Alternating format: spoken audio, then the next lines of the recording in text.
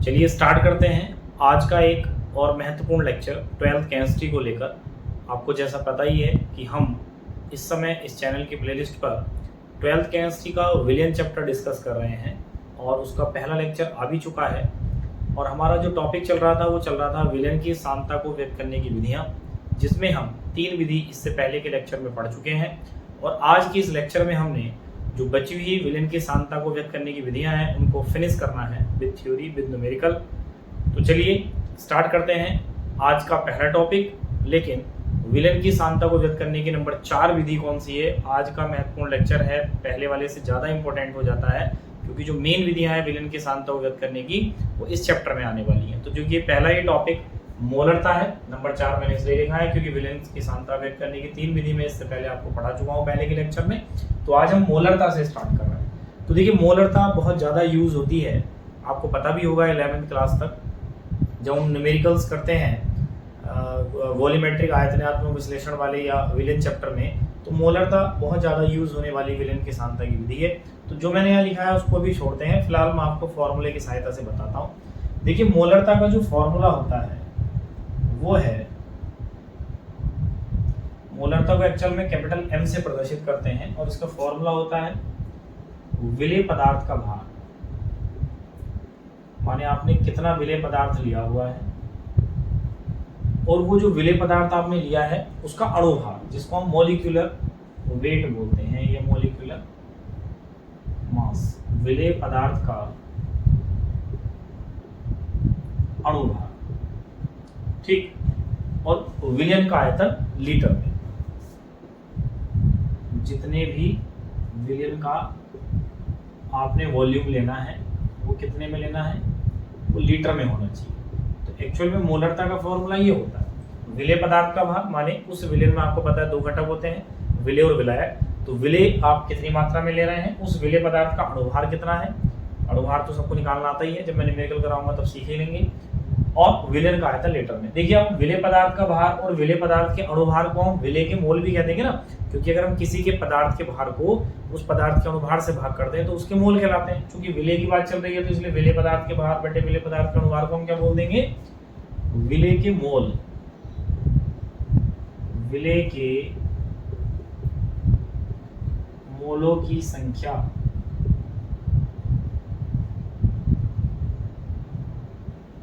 और नीचे है विलेन का आयतन लीटर में।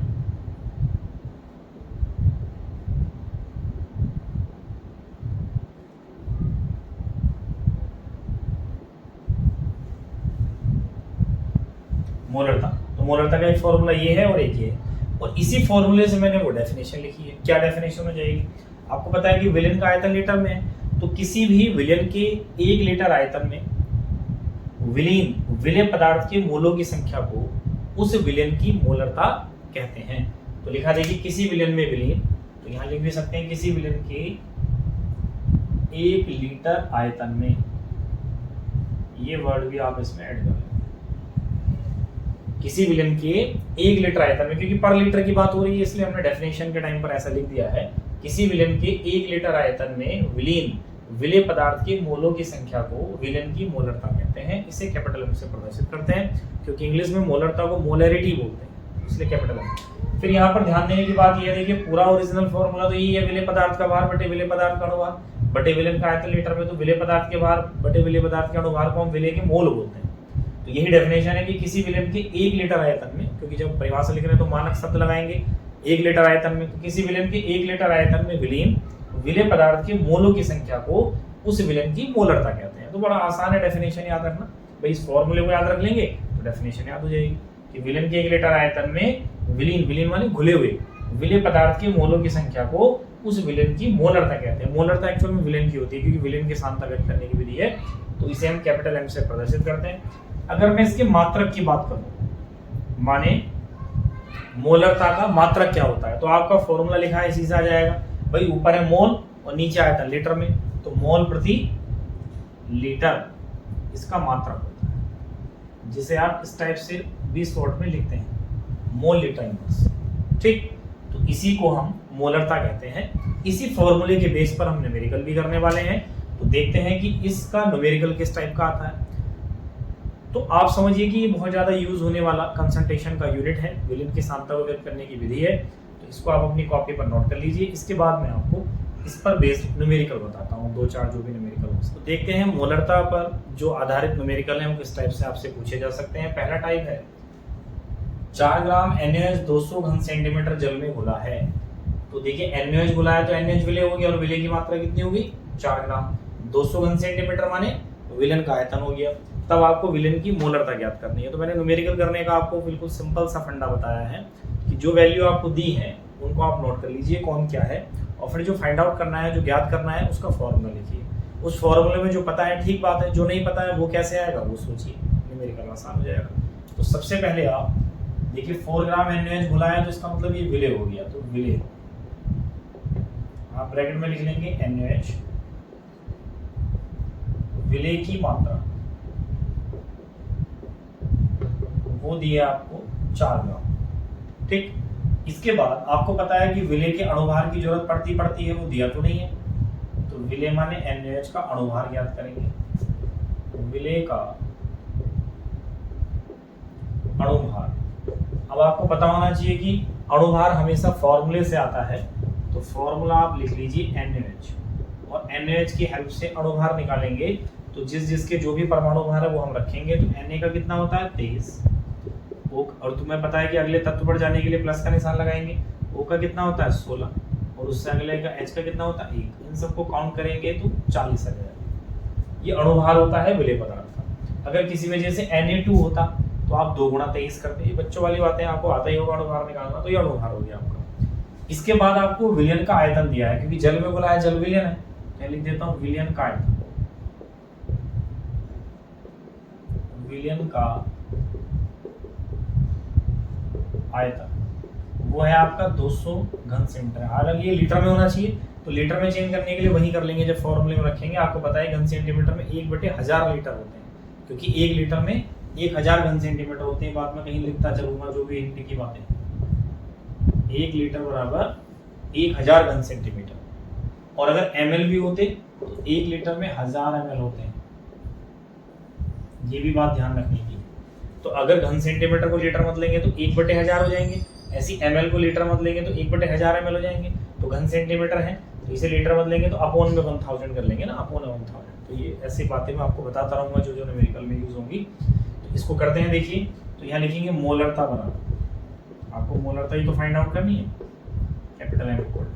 तो फॉर्मूला में लिख नहीं रहा हूँ, आप जब एग्जाम में करेंगे तो फॉर्मूला लिखेंगे, इसके बाद फिर फॉर्मूले में वैल्यू लिखेंगे, क्योंकि मैंने इससे पहले अभी आपको फॉर्मूला लिखकर दिखाया। क्या था फॉर्मूला? मोलरता बराबर विलय पदार्थ की मात्रा या विलय पदार्थ का भार। वो कितना है देखना भाई, 4 बटे विलय पदार्थ का अणुभार वो कितना है 40 बटे विलयन का आयतन लीटर में। तो विलयन का आयतन है कितना 200 घन सेंटीमीटर, लेकिन इसे लीटर में बदलने के लिए कितना कर देंगे 1000 से डिवाइड कर देंगे। कभी सोचे 1000 कहाँ से आ गया, क्योंकि घन सेंटीमीटर में हमें विलयन का आयतन लीटर में लेना होता है। तो विलयन का आयतन लीटर में लेने के लिए उसे 1000 से डिवाइड करेंगे, क्योंकि घन सेंटीमीटर को लीटर बदलना है तो बटे 1000 आता है। तो 200 है तो 200 बटे 1000। इसके बाद कैलकुलेशन बड़ा इजी है। जब ये 4 भिन्नें ऐसे हो रही हों तो सबसे नीचे वाला सबसे ऊपर और बीच वाला इसके साथ, तो ये कितना हो गया 4 गुणा 1000 बटे 40 गुणा 200।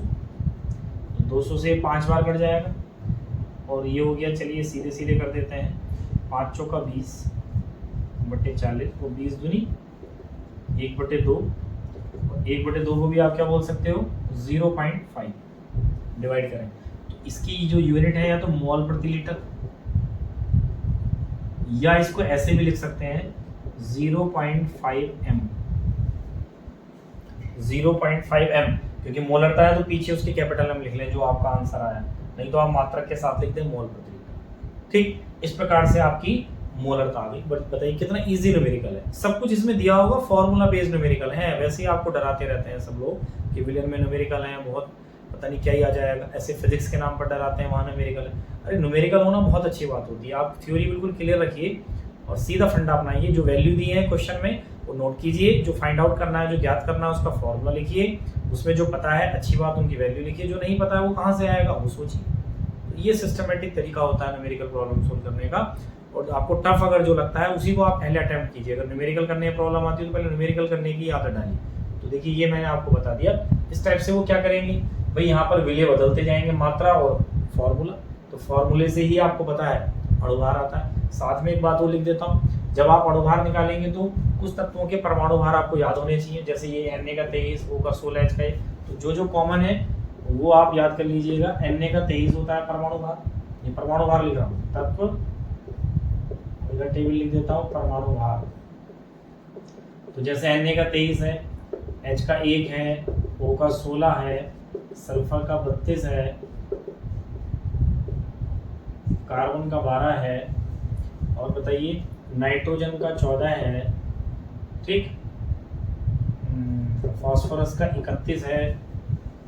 इस टाइप से देखिए Cl का 35.5 है, ठीक है ना। तो इन सब जिन तत्वों की जरूरत पड़ती जाएगी मैं लिखता जाऊंगा। फिलहाल आप इसको भी अपनी टेबल पर मतलब नोट कर लेना, न्यूमेरिकल की साइड में ऊपर जो ब्लैंक स्पेस होता है आपकी कॉपी पर। तो ये कुछ तत्वों के परमाणु भार मैंने लिखे हैं जो अणुभार निकालने में आपकी मदद करेंगे। इसके अलावा भी कुछ एक्स्ट्रा आएंगे तो उनको भी हम इस टेबल में बढ़ाते चले जाएंगे, ठीक है ना। और बाकी यूनिट भी मैंने लिख दी है। तो न्यूमेरिकल देखिए बहुत सिंपल सा है, फॉर्मूले में वैल्यू ही रखी है। कुछ और ऐसे न्यूमेरिकल करते हैं जिससे और क्लियर हो, बाकी एक्सरसाइज में तुमने करने हैं। तो इसको क्वेश्चन को आप सॉल्यूशन सहित अपनी कॉपी पर नोट कर लीजिए। इसके बाद नेक्स्ट क्वेश्चन की बात करते हैं। देखिए अगर बात नेक्स्ट न्यूमेरिकल की करें तो सेम ही है लगभग। 4.9 ग्राम एस्टोसोफोर इस बार सल्फ्यूरिक अम्ल है, वो 250 ml जल में घुला है। तो इस बार आपको आयतन की यूनिट ml कर दी है। बात वही है सेंटीमीटर की ओवर ml में बदलने में तो अपॉन में 1000 ही करना है, 1000 से भाग करना है। तो 4.9 ग्राम एस्टोसोफोर 250 ml जल में घुला है, प्राप्त विलेन की मोलरता ज्ञात कीजिए। फिर से भैया आप वैल्यू नोट करेंगे। तो विलेय कौन है, एस्टोसोफोर है, तो मैं ब्रैकेट में लिखता चलता हूँ क्योंकि एस्टोसोफोर ही तो घुला है। विलेय एस्टोसोफोर की मात्रा तो वो कितना है, 4.9 ग्राम है। आपको पता है मोलरता में इस विलेय के अणुभार की भी जरूरत पड़ेगी, तो आप साथ ही साथ विलेय का अणुभार भी ज्ञात कीजिए। विलेय मींस एस्टोसोफोर। अब जब आप इतना सिस्टमैटिक न्यूमेरिकल करके आएंगे ना, सब वैल्यू जो दी है वो नोट करेंगे, जो फाइंड आउट करना उसका फॉर्मूला लिख के वैल्यू लिखेंगे, तो आपको बिल्कुल एकदम पूरे में पूरे नंबर वो देगा। ये आदत आप फिजिक्स के न्यूमेरिकल, केमिस्ट्री में न्यूमेरिकल जो कर रहे हैं उनमें रहनी चाहिए आपकी। तो अणुभार निकालने का अणुसूत्र की जरूरत पड़ती है, माने एस्टोसोफोर। अब यहाँ देखेंगे आप कैसे निकलेगा। तो हाइड्रोजन का परमाणु भार कितना होता है 1, लेकिन उसकी संख्या कितनी है तो 2। तो 2 गुणा कितना करेंगे 1, माने संख्या से परमाणु भार में गुणा करेंगे और अगले तत्व पर जाने के लिए प्लस निशान लगाएंगे। सल्फर है तो सल्फर का कितना होता है 32 होता है, प्लस उसकी संख्या 1 थी तो 1 गुणा 32 माने 32। O का होता है 16, 4 उसकी संख्या है तो 4 गुणा 16, तो 2 हो गया, ये 32 हो गया और 16 चौका 64 हो गया, और इस सबको सोल्व करके आएगा 98। तो 98 एस्टोसोफोर का अणुभार होता है। इसके बाद आपको विलेन का आयतन दिया है, वो इस बार है विलेन का आयतन, क्योंकि 250 ml जल में घुला है तो विलेन जल है, तो विलेन का आयतन आपको 250 ml दिया है। हालांकि लीटर में रखना होता है तो हम फॉर्मूले में ही चेंज कर लेंगे। अब आप मोलरता के फॉर्मूले में ये वैल्यू लिखिएगा। तो आपको यहाँ फॉर्मूला लिखना होगा, क्योंकि आप बोर्ड एग्जाम में जब करेंगे तो फॉर्मूला लिखें। अभी मैंने आपको पहले बता ही दिया फॉर्मूला, तो इसलिए मैं सीधे वैल्यू रख रहा हूँ। लेकिन आप एग्जाम में जब करें तो जो भी आपको फाइंड आउट करना है उसका पहले फॉर्मूला लिखें। तो फॉर्मूला क्या होता है मोलरता का, विलेय पदार्थ का भार जो कि कितना है 4.9 बटे विलेय पदार्थ का अणुभार वो कितना है 98, पूरे के बटे में होता है विलेन का आयतन लीटर में, तो 250 ml है। इसको लीटर में चेंज करने के लिए 1000 से इसको डिवाइड कर देंगे। जो सबसे नीचे है वो सबसे ऊपर जाएगा, माने 4.9 इंटू 1000 अपॉन ये इधर आएगा, तो 98 इंटू 250। इसको डिवाइड करें तो 4 टाइम्स कट जाएगा आपका, ठीक।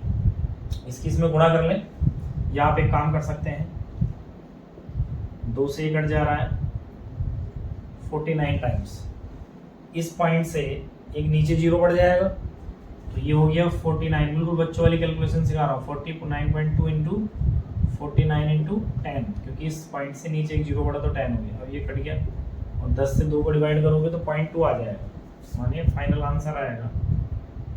इसको इधर लिख देता हूँ, देखिए मोलरता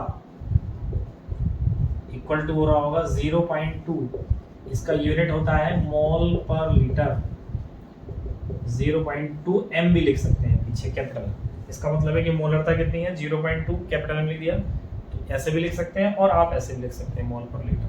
तो इस प्रकार से आपका ये न्यूमेरिकल कंप्लीट हो जाता है। तो बस वहां पर क्या था भाई, NaOH था तो अब H2SO4 है, तो H2SO4 वाले फॉर्मूले से अणु बाहर आया, वहाँ NaOH वाले फॉर्मूले से अणु बाहर आया था।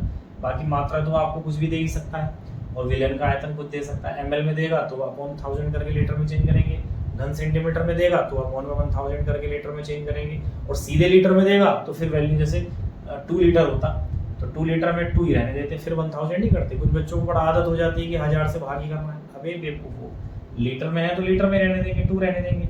फिर बच्चे कहते हैं जी 1000 नहीं है, कौन ऊपर जाएगा? तो मैं आपको बताऊंगा, किसी वजह से ऐसा होता 4.9/98/2 लीटर, तो समझ लीजिए इसके नीचे तो ये था, 2 के नीचे कितने था, 2 के नीचे 1 इमेजिन कर लीजिए, तो 1 ऊपर जाएगा और 2 यहीं पे जाता, 98 × 2। तो कैलकुलेशन का पार्ट है, इसको भी आप अपनी कॉपी पर नोट कर लीजिए।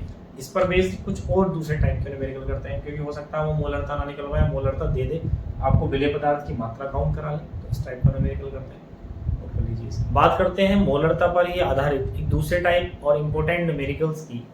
क्या है देखिए, डेसीमोलर विलयन के 100 घन सेंटीमीटर आयतन में, तो यहाँ तो समझ में आ रहा है कि ये विलयन का आयतन है 100 घन सेंटीमीटर में, विलीन H2SO4 की मात्रा, तो विलीन H2SO4 मींस H2SO4 विलेय होगा, क्योंकि विलीन माने घुला हुआ, H2SO4 तो जो घुलता है वो विलेय होता है। तो इस बार आपको विलेय की मात्रा बतानी, और विलेय कौन है? H2SO4 है। तो फिर क्या और दिया है इस बार? डेसीमोलर। इस शब्द में देखिए बहुत कुछ छिपा है। डेसीमोलर, मोलर मींस मोलरता दी है, डेसीमोलर क्या होता है इसके लिए मैं आपको एक टेबल बनाता हूँ यहाँ पहले, इस न्यूमेरिकल को करने से पहले, उसको आप ध्यान से देखिएगा। अगर चलो पहले डेसीमोलर की बात करते हैं। अगर डेसीमोलर लिखा है भाई, इसका मतलब होता है m/10, m/10। डेसी माने होता है y10, मोलर माने मोलरता, m/10। इसका मतलब उसकी मोलरता कितनी है? 1/10 है। अगर होता है सेंटीमोलर,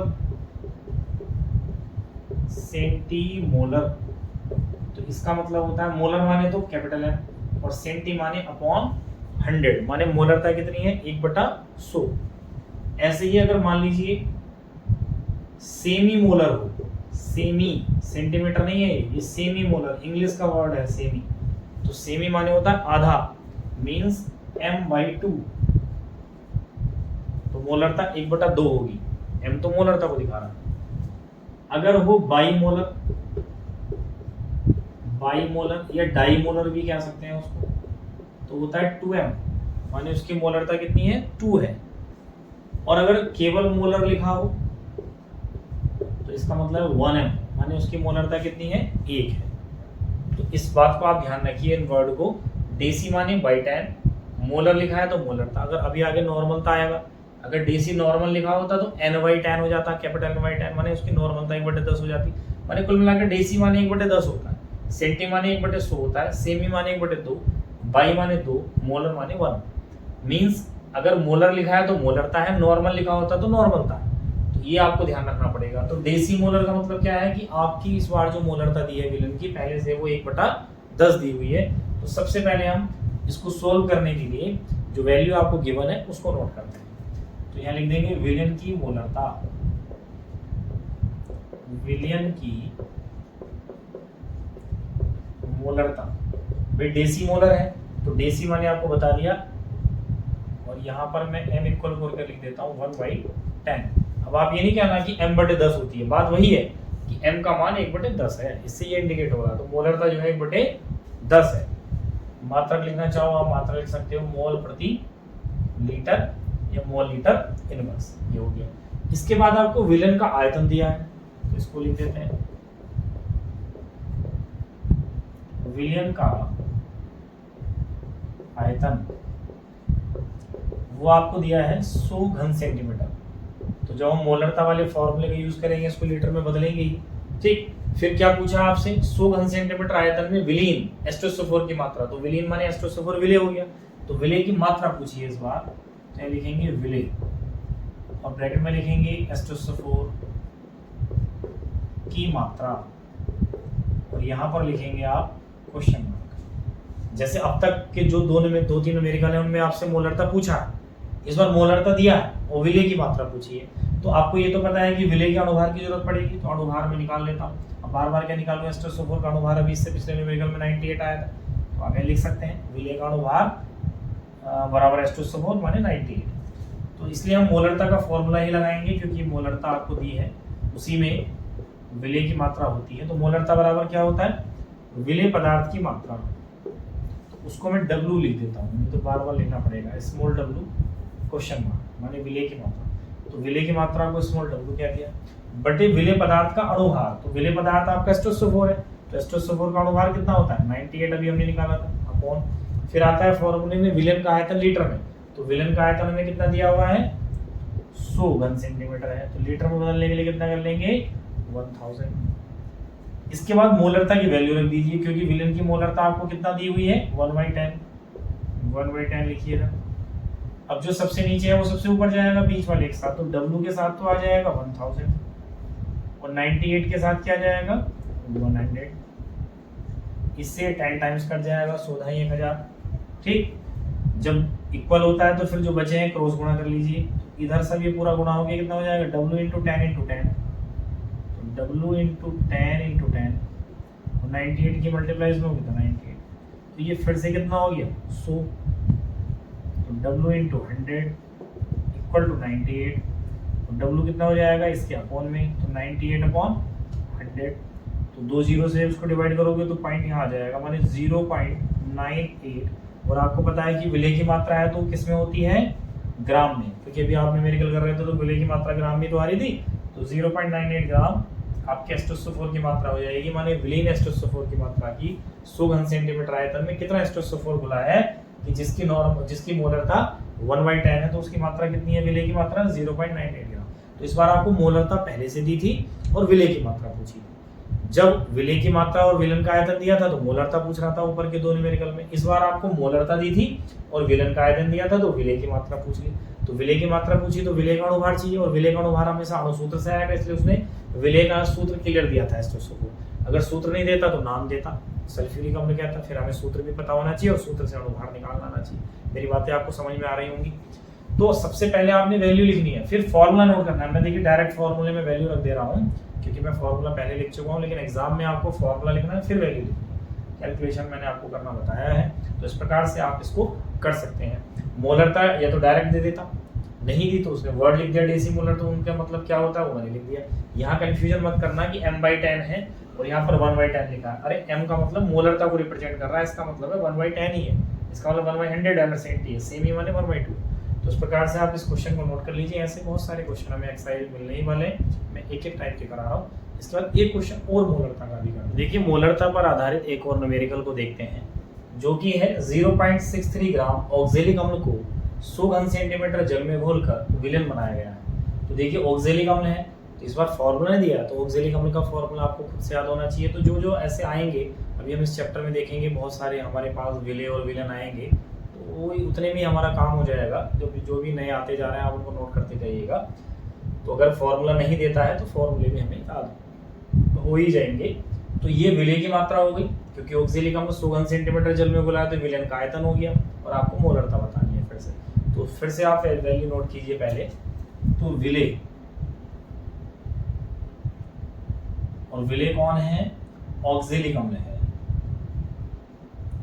जब मैं आपको नॉर्मलता पढ़ाऊंगा तो वहां पर बहुत सारे अम्ल, क्षार और लवण के सूत्र फॉर्मूले आएंगे, फिर वहां देख लेना। विलेय ऑक्जेलिक अम्ल, विलेय की मात्रा कितना दिया है 0.63 ग्राम। आपको पता है कि मोलरता ज्ञात करनी है तो इस विलेय का अणुभार भी होना चाहिए। विलेय ब्रैकेट में फिर वही ऑक्जेलिक अम्ल आएगा का अणुभार, और आपको पता है कि जो अणुभार आता है वो अणुसूत्र से आता है, और ऑक्जेलिक अम्ल का अणुसूत्र हमारे पास होना चाहिए। तो ऑक्जेलिक अम्ल का अणुसूत्र होता है COOH single bond COOH dot 2s2। ठीक, डाई कार्बोक्सिलिक अम्ल है, 2 COOH हैं, तो ऐसे अम्लों को डाई कार्बोक्सिलिक हम बोलते थे। तो COOH डॉट 2s2। तो इसका अणुभार देखिए कैसे निकलेगा। सीधी सी बात, कार्बन कितने हैं 2, इस सिंगल बॉन्ड का मतलब कुछ नहीं है, तो संरचना में बॉन्ड है, तो कार्बन है कितने 2, और एक कार्बन का परमाणु भार कितना होता है 12, तो 2 गुणा 12 प्लस अगले तक पर चलते हैं। ऑक्सीजन देखिए 2 ये हैं 2 ये हैं 4 और 2 ये हैं 6। इस डॉट का मतलब कुछ नहीं, इस डॉट का मतलब है कि ऑक्सिलिक अम्ल में क्रिस्टलन जल के 2 अणु हैं, ठीक है ना।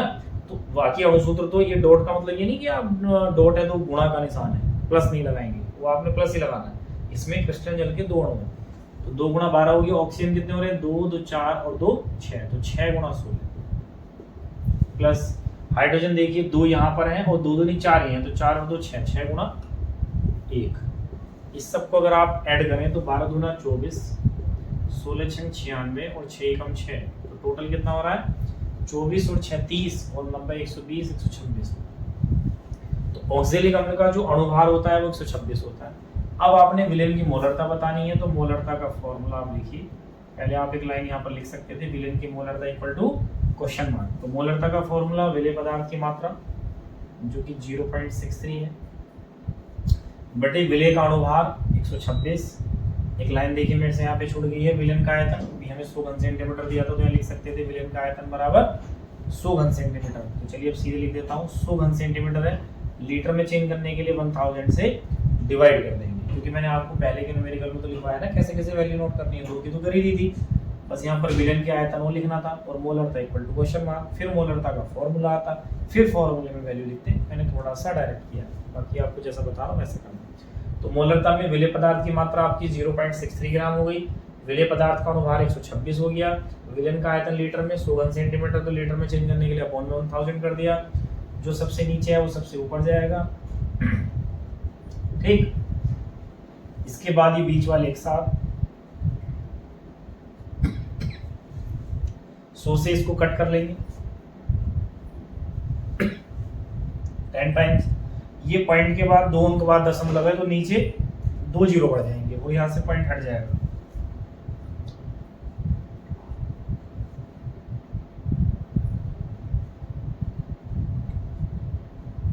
इस टाइप से देखिए 2 जीरो बढ़ गए, फिर 63 से 2 बार कट जाएगा और ये 10 से 10 बार कट जाएगा। नीचे बचेगा, लिख देता हूं देखिए यहाँ पर, मोलरता इक्वल टू हो जाएगा 1/20, 10 दूनी 20। 20 से डिवाइड करेंगे, 1 को डिवाइड नहीं होगा, 0 पॉइंट लगाइए, 10 हो गया, डिवाइड नहीं होगा, फिर 0 लगाइए, 100 हो गया, 20 पंजे 100, तो 0.05 मोल पर लीटर, या करके लिख सकते हैं आप 0.05 कैपिटल एम। ये इसकी मोलरता आपकी हो जाएगी। तो इस प्रकार से कुछ भी नया नहीं है, बस नया इतना था कि ऑक्सिलिक अम्ल का फॉर्मूला क्या होता है और अणुसूत्र से अणुभार कैसे आएगा। देखिए ऑक्सिलिक अम्ल के साथ भी एक बात और है, अगर ऑक्सिलिक अम्ल है तो फॉर्मूला ये है, अगर वो कह देता निर्जल ऑक्सिलिक अम्ल है, वो कह देता 0.63 ग्राम निर्जल ऑक्सिलिक अम्ल को 100 घन सेंटीमीटर जल में घोला गया है, तो यदि निर्जल ऑक्सिलिक अम्ल होता है फिर फॉर्मूले में हम डॉट टू S2 नहीं लेते, फॉर्मूला ओनली इतना रह जाता है C सिंगल बॉन्ड C। उस स्थिति में ये वाला नहीं लेते, बस इतना इधर इधर का फॉर्मूला रह जाएगा, तो फिर इससे निकालेंगे, जो कि मैं नॉर्मलता में आपको करके भी बताऊंगा। वहाँ ऑक्सिलिक अम्ल भी लेंगे और एक निर्जल ऑक्सिलिक अम्ल लेंगे। ऐसे ऑक्सिलिक अम्ल को सजल ऑक्सिलिक अम्ल भी बोल देते हैं, जिसमें हम डॉट टू S2 लेते हैं, ठीक। तो मोलरता का ये हो गया।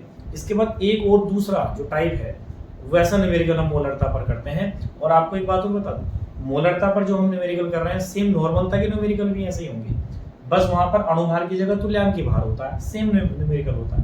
तो कभी आप ये सोचें कि इतने सारे न्यूमेरिकल आ रहे हैं, तो अगले वाले जो समता की व्यक्त करने की विधि है उसमें बड़ा इजी होने वाला है, इसलिए मैं मोलरता पर आपको बेस्ड ज्यादा न्यूमेरिकल बता दे रहा हूँ। इसके बाद एक लास्ट टाइप का ही न्यूमेरिकल बचा है, उसको करते हैं। पहले आप इसको अपनी कॉपी पर नोट कर लीजिए बहुत अच्छे तरीके। देखिए इसके बाद हम बात करते हैं एक थोड़ा नए टाइप का न्यूमेरिकल है, और ऐसा न्यूमेरिकल हमें नॉर्मलता में भी देखने को मिलेगा, मोललता में भी देखने को मिलेगा, और बोर्ड एग्जाम की दृष्टि से बहुत ज्यादा इंपॉर्टेंट भी है। क्या है देखिए, इस बार 15% एस्टोसफोर सांद्रता वाले विलेन की मोलरता ज्ञात करनी है। इस बार आपको सांद्रता परसेंटेज में दी हुई है, एक बार द्रव्यमान प्रतिशत दिया हुआ है एक तरीके से कहें तो 15% एस्टोसफोर सांद्रता वाले विलेन की मोलरता ज्ञात करनी है। आपको विलेन का घनत्व भी इस बार दिया है, बहुत इजी है। देखिए नहीं समझ में आ रहा है तो आप सबसे पहले जो वैल्यू समझ आ रही है उसको नोट कीजिए। तो इस बार आपको विलेन की सांद्रता दी है, तो मैं वही लिखता हूं। देखिए वहीं से विलेन, हमें विलेन की मात्रा पता चलेगी। तो विलयन की सांद्रता, और विलयन की सांद्रता है हमारी 15%। अगर हम इसे प्रतिशत को हटाते हैं तो ये हो जाता है 15/100 ग्राम अपॉन ग्राम। क्यों रहेगा ग्राम अपॉन ग्राम में? क्योंकि प्रतिशत है, द्रव्यमान प्रतिशत है। तो द्रव्यमान प्रतिशत में ऊपर विलय की मात्रा होती थी, नीचे विलयन की मात्रा होती थी, और वो ग्राम में होती थी, है ना। जो इससे पहले वाले लेक्चर में द्रव्यमान प्रतिशत जो पहली सांद्रता व्यक्त करने की विधि है उसके अकॉर्डिंग ऐसे तो था, ऊपर विलय की मात्रा होती थी ग्राम में, नीचे टोटल विलयन की मात्रा होती थी ग्राम में। तो इस बात से हमें क्या समझ में आ रहा है कि 100 ग्राम में 15 ग्राम H2SO4 है। माने यहां से समझ में आ रहा है कि विलय की मात्रा हम लिख ही लें कि विलय है कौन? H2SO4 है। तो विलय की मात्रा वो हो गई हमारी 15 ग्राम। अगर हमें विलयन की मात्रा की जरूरत पड़ेगी तो विलयन की मात्रा भी लिख लेते हैं भाई। विलयन की मात्रा हो जाती है 100 ग्राम। आपको पता है अगर मोलरता बतानी है तो विलय के अणुभार की जरूरत पड़ेगी, तो मैं वो भी अभी लिख लेता हूं साथ के साथ। विलय का अणुभार, अब आपको पता है कि विलय हमारा H2SO4 है, तो H2SO4 का अणुभार निकालने की जरूरत नहीं है, बहुत पहले से निकाल रहे हैं, बार बार 98 होता है। साथ में हमें विलयन का घनत्व दिया हुआ है, तो मैं विलयन का घनत्व भी लिख देता हूं आपके लिए। विलयन का घनत्व 1.10 ग्राम प्रति लीटर, माने ग्राम ml। अब आप देखिए हमें मोलरता बताना है, मैं लिख देता हूं मोलरता इक्वल टू क्वेश्चन मार्क। जब आप मोलरता कैलकुलेट करेंगे तो मोलरता के फॉर्मूले में आता है विलय पदार्थ की मात्रा, हमारे पास है। विलय पदार्थ का अणुभार वो भी हमारे पास है 98, और फिर आता है विलयन का आयतन लीटर में। तो हमारे पास विलयन की मात्रा है, विलयन का घनत्व है, आयतन डायरेक्ट नहीं है। तो आपको पता है कि जब विलयन की मात्रा है और घनत्व है तो विलयन का आयतन आ सकता है। कैसे? तो मोलरता तो अभी रहने दीजिए, पहले आप विलयन का आयतन निकालिए। तो विलयन का आयतन, देखिए एक फॉर्मूला होता था, जिसका भी आयतन होता था उसी का घनत्व बटे उसी का द्रव्यमान, ठीक है ना। एक फॉर्मूला होता ना m बराबर vd, द्रव्यमान बराबर आयतन गुणा घनत्व। अगर हम यहाँ से आयतन निकालना चाहते हैं तो क्या हो जाएगा? द्रव्यमान बटे घनत्व हो जाएगा। तो विलयन का आयतन बराबर हो जाएगा विलयन का द्रव्यमान, तो जिसका घनत्व है उसी का द्रव्यमान, जिसका आयतन है उसी का द्रव्यमान और उसी का घनत्व। तो विलयन का द्रव्यमान बटे विलयन का घनत्व, ये रहा। तो आप विलयन का आयतन निकालना चाहते हैं, मैं इस तरफ कर देता हूं। तो आप देखेंगे इसको V करके लिख देता हूं मैं। विलयन का द्रव्यमान कितना है? 100 ग्राम, और घनत्व आपको कितना दिया हुआ है? विलयन का घनत्व यहाँ से देखिए 1.10 ग्राम प्रति ml। इसको अगर सोल्व करते हैं तो यहाँ से दशमलव हटेगा तो ऊपर 2 जीरो बढ़ेंगे, माने 100 पहले से था और ये 100 हो गया, और नीचे हो गया 110, इस जीरो से कट हो गया, और ये हो गया 1000/11। इसको अगर डिवाइड करें 11×99, ठीक है, यहाँ से लगभग जीरो बचेगा, भाग नहीं जाएगा, फिर आप उसको 90 लिख लेंगे, 90.9 ऐसा समथिंग आएगा, और ये ml में आएगा। ये भी मैं आपको बता दूं किस में आएगा? ml में, क्योंकि घनत्व किस में था? ग्राम प्रति ml में था, तो आयतन किस में आएगा? ml में। तो अब आपके पास विलयन का आयतन भी आ चुका है। अब आप मोलरता का फॉर्मूला लिख सकते हैं। तो आपको पता ही है कि मोलरता बराबर क्या होता है। अभी एग्जाम में तो आप पहले पूरा फॉर्मूला लिखेंगे। मोलरता बराबर विलय पदार्थ की मात्रा, वो कितना है? 15 ग्राम, बटे आता है विलय पदार्थ का अणुभार, वो भाई कितना दिया है? 98, और फिर नीचे आता है विलयन का आयतन लीटर में। तो ये आपको ml में दिया है 90.9, इसको अगर आप लीटर में चेंज करेंगे तो 1000 से डिवाइड करेंगे, ठीक। ये सबसे ऊपर जाएगा और ये बीच में आएगा, तो 15 गुणा 1000/98 गुणा 90.9। अब ये कैलकुलेशन भाई खुद करना, आंसर आपका मोल प्रति लीटर में आएगा। ये जो भी आंसर आएगा उसके पीछे कैपिटल M आप लिख देंगे। कैलकुलेशन बहुत इजी है, 1 दशमलव से 1 जीरो और बढ़ा लीजिए, ऊपर गुणा कीजिए और नीचे वाले गुणा करके सीधे भाग कीजिएगा, ठीक है ना। वो जैसे आप करें, क्योंकि इतना तो अब आपको समझ में आना चाहिए। नहीं आ रहा है तो कमेंट के माध्यम में मेरे से कैलकुलेशन करना भी सीख सकते हैं, वो भी सिखा दूंगा मैं। कोई एक स्टूडेंट भी लिखेगा तब भी बताऊंगा। तो फिलहाल आप इसको एक बार फिर से समझ लीजिए। यही एक लास्ट टाइप का न्यूमेरिकल मोलरता पर था। आपको सांद्रता इस बार द्रव्यमान प्रतिशत के रूप में है, तो हमने सांद्रता लिखा, उसे प्रतिशत को हटाया तो बटे 100 हुआ, ऊपर विलय की मात्रा होगी, नीचे विलन की मात्रा होगी। आपको विलन का घनत्व दिया वो लिखा, विलय का अणुभार लिख लिया। फिर मोलरता बताने के लिए विलय की मात्रा और विलय का अणुभार तो था, लेकिन विलन का आयतन नहीं था, इसीलिए विलन की मात्रा और घनत्व था। तो फॉर्मूला होता ही है द्रव्यमान बराबर आयतन गुणा घनत्व। यहाँ से आयतन निकालें तो द्रव्यमान बटे घनत्व हो गया। द्रव्यमान घनत्व दिए थे, वहां से ml में आया आयतन, फिर उसे लीटर में चेंज किया जैसा करते हैं। तो इस प्रकार से मोलरता पर जो बेस्ड न्यूमेरिकल है डिफरेंट टाइप्स के, जो भी संभव प्रकार हो सकते थे, वो मैंने आपको एक एक न्यूमेरिकल उनका करा दिया है। बाकी जब हमारी सांद्रता को व्यक्त करने की विधि कंप्लीट हो जाएंगी तो मिक्सिंग करके मैं आपको इसके और भी बहुत सारे क्वेश्चन करा दूंगा, क्योंकि मोलरता के जैसे ही नॉर्मलता के क्वेश्चन होते हैं, उसके जैसे ही मोलरता के क्वेश्चन होते हैं। तो यहाँ पर मोलरता और मोलरता पर बेस्ड जो न्यूमेरिकल है वो कंप्लीट होते हैं। इसके बाद हम महत्वपूर्ण विलन की सांद्रता को व्यक्त करने की विधि है, जिसको हम नॉर्मलता के नाम से जानते हैं। और इसके न्यूमेरिकल और उसके न्यूमेरिकल लगभग सेम ही होते हैं, बस इसमें अणुभार आता है, उसमें तुल्यांक भार आता है। तो नॉर्मलता पढ़ने के लिए हमें पहले तुल्यांक भार ज्ञात करना भी पड़ना पड़ेगा, तो उसको स्टार्ट करते हैं। पहले आप इसको कॉपी पर नोट कर लीजिए। देखिए, मोलरता कंप्लीट होने के बाद हम बात करते हैं विलन की सांद्रता को व्यक्त करने की नंबर 5 विधि, जिसको हम कह रहे हैं नॉर्मलता, नॉर्मेलिटी इसको बोलते हैं। बहुत ही इंपॉर्टेंट ये सांद्रता व्यक्त करने की विधि है। इसका भी बड़ा यूज आपको न्यूमेरिकल्स में लैब में देखने को मिलता है। तो देखते हैं।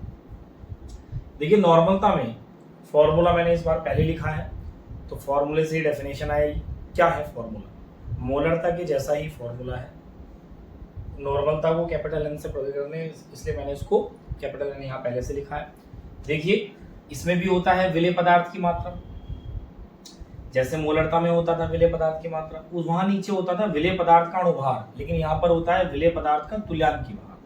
अब ये इक्विवेलेंट वेट इसको बोलते हैं। तो ये तुल्यांक भार क्या होता है? देखिए, अणुभार तो सीधे सीधे फॉर्मूले से आ जाता है। भाई, आपके पास अणुसूत्र होता है, उसमें आप परमाणु भार डालते हैं अलग अलग तत्वों के, और वो मैंने काउंट करके ही बताया, अणुभार आ जाता है। लेकिन तुल्यांक भार ऐसे नहीं आता।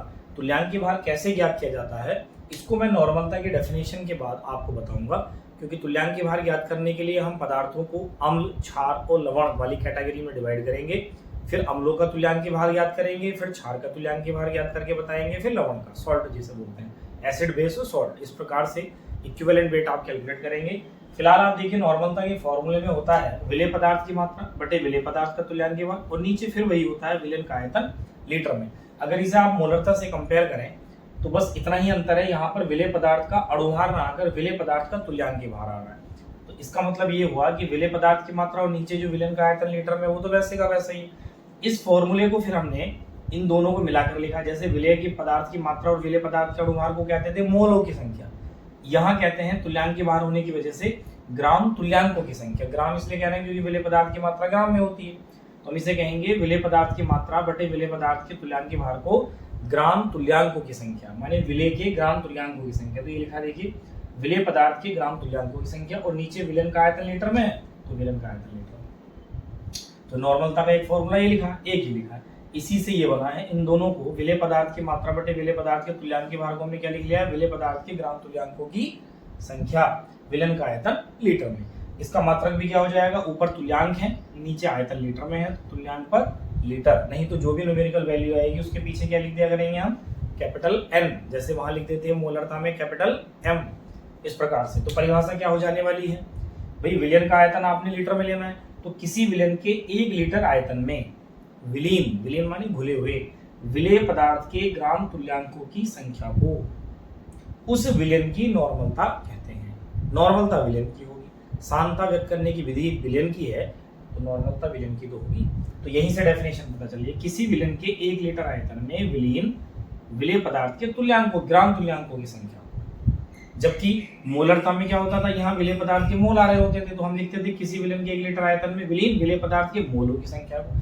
बस यहाँ पर ही ग्राम तुल्यांक तो हुए हैं, तो किसी विलेन के 1 लीटर आयतन में विलीन विलेय पदार्थ के ग्राम तुल्यांकों की संख्या को उस विलेन की नॉर्मलता कहते हैं। इसे कैपिटल एन से प्रदर्शित करते हैं। ये लिखा देखिए, किसी विलेन के 1 लीटर आयतन में, क्योंकि नीचे विलेन का आयतन लीटर में, विलीन विलेय पदार्थ के ग्राम तुल्यांकों की संख्या को उस विलेन की नॉर्मलता कहते हैं। माने आप समझिए कि विलेय पदार्थ की मात्रा बटे विलेय पदार्थ के तुल्यांक भार को मिलाकर हम ग्राम तुल्यांक कहते हैं। जैसे विलेय पदार्थ की मात्रा बटे अणुभार को मोलों की संख्या कहते थे, ऐसे ही ग्राम तुल्यांकों की संख्या कहते हैं। बस इतना।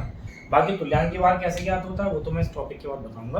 तो ये नॉर्मलता के जो न्यूमेरिकल आपको देखने के लिए मिलेंगे वो मोलरता के जैसे ही होंगे, उनकी लैंग्वेज वही होगी, बस वो मोलरता ज्ञात करने की जगह आपसे नॉर्मलता ज्ञात कराएगा।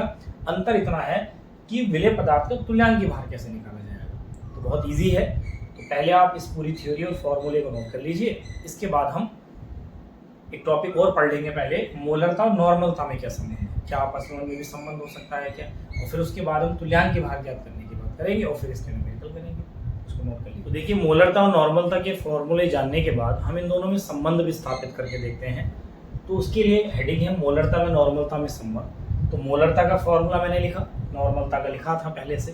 तो देखिए यहाँ पर इनके एक बार कंपेयर भी करें तो देखिए सेम है, विलेय पदार्थ की मात्रा है, यहाँ अणुभार है विलेय पदार्थ का और नीचे आयतन लीटर में, जबकि नॉर्मलता में क्या कह रहे थे हम, विलेय पदार्थ की मात्रा है ठीक है, लेकिन अणुभार की जगह विलेय पदार्थ का तुल्यांकी भार है, फिर नीचे विलेय आयतन लीटर में। इसको मैं इक्वेशन नंबर 1 बोल देता हूँ और इसको इक्वेशन नंबर 2, माने फॉर्मूला 1 और 2 इन दोनों को डिवाइड कर लेते हैं। समीकरण 1 और 2 को आपस में क्या कर लेते हैं आप, डिवाइड। जब आप डिवाइड करेंगे तो मोलरता इसके अपॉन में आ जाएगा नॉर्मलता। यहां से देखिए कैसे चीजें कटेंगी। अब मैं पहले इसको ही कहता हूँ, इसके अपॉन में तो ये है लेकिन इसके अपॉन में कुछ नहीं, मान लीजिए 1 है तो 1 गया बिल्कुल ऊपर और ये यहाँ, तो माने विलयन का आयतन लीटर में यहाँ लिखा हुआ है इंटू में, ऐसे यहाँ पर विलयन का आयतन लीटर में यहाँ लिखा होगा। तो क्या होगा, जब इसके अपॉन में पूरा लाओगे तो विलेय पदार्थ की मात्रा कट जाएगी और साथ में विलयन का आयतन लीटर में कट जाएगा। ऊपर कौन बचेगा, विलेय पदार्थ का अणुभार, और नीचे यहाँ से क्या बचेगा, विलेय पदार्थ का तुल्यांकी भार। विलेय पदार्थ का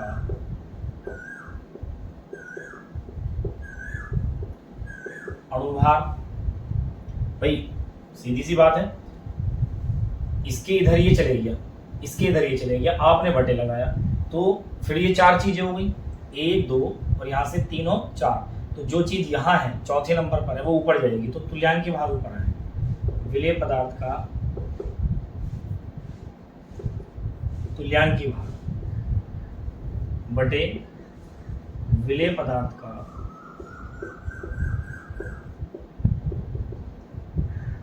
अणुभार। ठीक, एक बार इसको रफली समझा देता हूँ। मेरा कहने का मतलब यह है, इसके अपॉन में तो ये है लेकिन इसके अपॉन में कुछ नहीं, तो इसके अपॉन में आप 1 मान लीजिए, तो 1 बिल्कुल ऊपर गया, ये यहाँ आया। तो इसका मतलब ये फॉर्मूला एक्चुअल में हुआ ये कि विलेय पदार्थ की मात्रा ही शॉर्ट में लिख दे रहा हूँ बटे नीचे आया अणुभार इंटू आयतन लीटर में। ऐसे यहाँ से देखिए ये आया होगा विलेय पदार्थ की मात्रा बटे में आया होगा तुल्यांकी भार इंटू आयतन, तुल्यांकी भार इंटू आयतन। तो जब ये 4 चीजें होंगी अपॉन में करोगे तो आप देखिए ये चीज कटी इससे, ये इससे कटा, तो जो सबसे नीचे होता है वो सबसे ऊपर जाता है और ये यहाँ आता है। तो इसका मतलब तुल्यांकी भार बिल्कुल ऊपर गया और ये वाली जो चीज है मतलब ये जो है अणुभार नीचे आया, तो इसलिए विलेय पदार्थ का तुल्यांकी भार ऊपर और विलेय पदार्थ का अणुभार नीचे। तो देखिए अब आप चाहो तो ऐसा कर सकते हो, मोलरता बराबर निकालोगे तो नॉर्मलता गुणा इतना हो जाएगा, और अगर नॉर्मलता बराबर निकालोगे फिर उसे एक्सचेंज कर लो। तो संबंध के लिए हम ऐसे लिख सकते हैं, फिलहाल मोलरता बराबर होगा, इधर लिख लेंगे नॉर्मलता और ये पूरे गुणा में इतना सब कुछ। देखिए तुल्यांकी भार को मैं ई कह देता हूँ और अणुभार को क्या कह देते हैं, चलिए पूरा लिख देता हूँ, विलेय का तुल्यांकी भार, इसे लिख देते हैं विलेय पदार्थ का अणुभार। ठीक, और किसी वजह से हमें नॉर्मलता इधर लाना है तो आपको पता है ऐसे 3 गुणा करके वो नॉर्मलता का फॉर्मूला भी लिख सकते हैं। ये इसी फॉर्मूले में जिसकी वैल्यू काउंट करनी है, मान लीजिए मोलरता दी है तो मोलरता लिख दीजिए, ये दोनों दिए दोनों है, नॉर्मलता आ जाएगा, नॉर्मलता और ये दोनों दिए तो मोलरता आ जाएगा। तो ऐसा न्यूमेरिकल भी हो सकता है आपके लिए कि आपको विलेय पदार्थ का तुल्यांकी भार अणुभार दोनों दे दे, साथ में नॉर्मलता दे दे, मोलरता पूछ ले, या मोलरता दे दे, ये दोनों चीजें दे दे, नॉर्मलता पूछ ले। तो इस प्रकार से आप मोलरता और नॉर्मलता के संबंध को देख सकते हैं। इसको भी आप अपनी कॉपी पर नोट कर लीजिए। यहाँ कैलकुलेशन है वो मैंने समझाने के लिए किया है, वो आप कर ही लेंगे, इतना तो खैर आपको आता ही है। इसके बाद हम बहुत तुल्यांकी भार की बात हो रही थी कि तुल्यांकी भार कैसे ज्ञात किए जाते हैं, इस टॉपिक को पढ़ते हैं, इसको आप नोट कर लें। देखिए हम तुल्यांकी भार ज्ञात करने स्टार्ट करते हैं। उसको बताने से पहले मैं आपको बता दूं, तुल्यांकी भार ज्ञात करने के लिए हमने पदार्थों को 3 कैटेगरी में बांटा, अम्ल, क्षार, लवण। जो हमें नॉर्मली इस चैप्टर में यूज होगा उसके अकॉर्डिंग बात कर रहे हैं। या तो अम्ल को लेकर वो न्यूमेरिकल होता है, या क्षार को लेकर, या किसी लवण को लेकर, माने एसिड बेस और सॉल्ट को लेकर। तो अम्ल का हम सबसे पहले तुल्यांकी भार ज्ञात कर रहे हैं। तो हमारा टॉपिक तो है तुल्यांकी भार ज्ञात करना है, इसको हम इक्विवेलेंट वेट बोलते हैं। तो इसमें हम सबसे पहले अम्ल के लिए कर रहे हैं। तो मैं अम्ल का तुल्यांकी भार कैसे ज्ञात करते हैं फॉर्मूला लिखता हूँ, फिर उसके बाद कुछ अम्लों का तुल्यांकी भार ज्ञात भी करेंगे। और आप देखना न्यूमेरिकल में जितने अम्लों के लिए मैं लिखा दूंगा वही यूज आते हैं नॉर्मली। तो अम्ल के तुल्यांकी भार का फॉर्मूला होता है, अम्ल का तुल्यांकी भार बराबर, भाई जिस अम्ल का तुल्यांकी भार ज्ञात कर रहे हैं उसी अम्ल का आप अणुभार लिखेंगे। अम्ल का अणुभार, और अणुभार माने मॉलिक्यूलर मास, वो आपका फॉर्मूले से ही आया करेगा। और नीचे लिखना है आपने क्षारकता। अम्ल की होती है क्षारकता, बेसिसिटी जिसको बोलते हैं। अब क्षारकता क्या होती है मैं लिख देता हूं। यहां क्षारकता का मतलब होता है विस्थापन योग्य, विस्थापन माने त्यागे जाने योग्य, विस्थापन योग्य H+ आयनों की संख्या। माने कोई अम्ल, अम्ल क्यों होता है, डेफिनेशन होती है ना आरएनएस के अनुसार, वे पदार्थ जो जलीय विलयन में H आयन त्यागते हैं, H+ आयन डोनेट करते हैं, उन्हें हम अम्ल कहते हैं, एसिड बोलते हैं। तो वहीं से लिया गया है कि जो जितने H आयन त्यागेगा उसे उसकी क्षारकता बोलेंगे। तो इसलिए लिखा है कि क्षारकता का मतलब होगा विस्थापन योग्य H+ आयनों की संख्या, माने वो अम्ल जितने H आयन त्यागेगा उसे उसकी बेसिसिटी माने क्षारकता बोलेंगे। और आप अणुभार को क्षारकता से डिवाइड कर दो, फिर वो उसका तुल्यांकी भार कहलाएगा। जैसे एग्जाम्पल के लिए हम कुछ अम्लों का तुल्यांकी भार ज्ञात करके देखते हैं। जैसे एक बड़ा पॉपुलर है HCl, हाइड्रोक्लोरिकम इसको बोलते हैं, मैं नेम नहीं लिख रहा, बोल दे रहा हूँ, अगर नहीं पता है तो उसको लिख लेना। हाइड्रोक्लोरिकम HCl का तुल्यांकी भार बनेगा। अब मैं तुल्यांकी को शॉर्ट में लिख दे रहा हूँ, इसे तू भार मत पढ़ो, तुल्यांकी भार, ठीक है ना। तो HCl का तुल्यांकी भार है तो HCl का अणुभार, तो HCl का अणुभार निकालते हैं। फॉर्मूला है हमारे पास। तो H का कितना होता है 1, Cl का कितना होता है 35.5 बटे, वही अणुभार तो आपने निकालना सीखा ही था मोलरता में या पहली क्लासों में। अब आती है बात, नीचे आता है क्षारकता। तो क्षारकता का मतलब है HCl कितने H आयन त्याग सकता है। अभी जब इसमें एक ही H आयन है तो एक ही त्यागेगा, तो एक, उसको अगर आप काउंट करें 36.5 आएगा, एक से डिवाइड करने पर भी वही आएगा। तो आप कह सकते हैं कि HCl का अणुभार भी 36.5 होता है और तुल्यांकी भार भी यही होता है 36.5, ठीक। इसके बाद अगर हम बात करें H2SO4 की, H2SO4 का तुल्यांकी भार बराबर, तो इसका अणुभार लिखेंगे पहले। तो H2SO4 का अणुभार हमने कैलकुलेट किया था कल 98 आया था, वैसे कर देता हूं फिर से। H का 1 होता है, 2 उसकी संख्या है तो 2 × 1 प्लस सल्फर का 32 होता है, ऑक्सीजन का 16 होता है तो 4 × 16 बटे। अब आप देखेंगे H2SO4 2 H आयन डोनेट कर सकता है क्योंकि इसमें 2 H है। इस सबको ऊपर कैलकुलेट करके 98 आता है Y2, और इसको भी कैलकुलेट करके आएगा 49। तो आप कह सकते हैं कि H2SO4 का तुल्यांकी भार 49 होता है, जबकि अणुभार उसका कितना होता है 98। तो इनको ध्यान ही रख लेना है, कैलकुलेट करना तो मैं सिखा रहा हूँ क्योंकि जिन अम्लों की कैलकुलेट करा रहा हूँ ये न्यूमेरिकल में मोस्टली यूज होते हैं।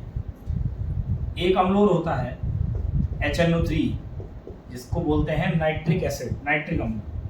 HNO3 का तुल्यांकी भार बराबर, HNO3 का अणुभार, H का होता है 1, N का होता है 14, O का होता है 3 × 16, क्योंकि ऑक्सीजन का 16 होता है, 3 उसकी संख्या है।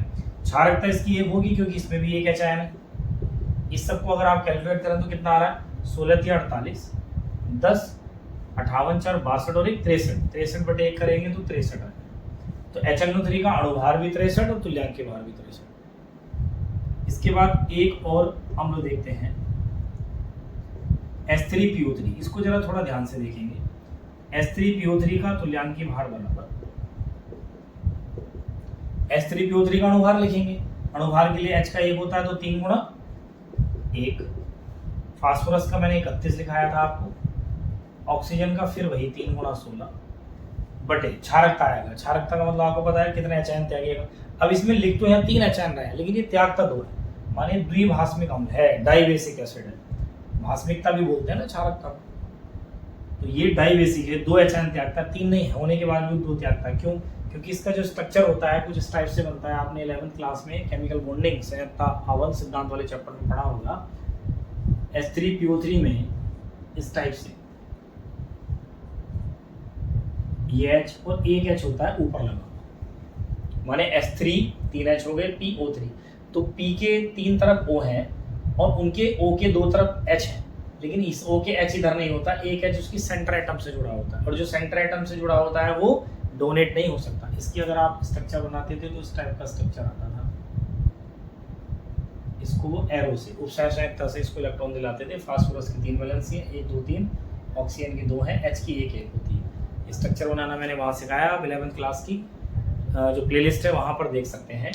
तो यहाँ से आप देखेंगे फास्फोरस से डायरेक्ट कनेक्ट एक हाइड्रोजन है, तो ये डोनेट नहीं होगा, त्यागा नहीं जाएगा, केवल ये H और ये H त्यागा जाएगा। इसलिए H3PO3 में केवल 2 ही H आयन ये त्यागता है, इसलिए इसकी जो क्षारकता है वो कितना होती है, बेसिसिटी 2 होती है। इसको कैलकुलेट करें तो 16 3 48, 48 और 30 कितना हो जाएगा, 78 और 1 79 और 3 82 बटे 2। इसको डिवाइड करें तो कितना आ जाएगा, 40। ठीक है ना। तो ये कैलकुलेशन तो आप ठीक से कर ही सकते हैं। इसके बाद देखिए, इसको बोलते थे H3PO3 को मैं नेम बोल दे रहा हूँ, ऑर्थोफास्फोरस अम्ल। ऑर्थोफास्फोरस अम्ल। ऐसा ही एक और होता है H3PO4 का तुल्यांकी भार,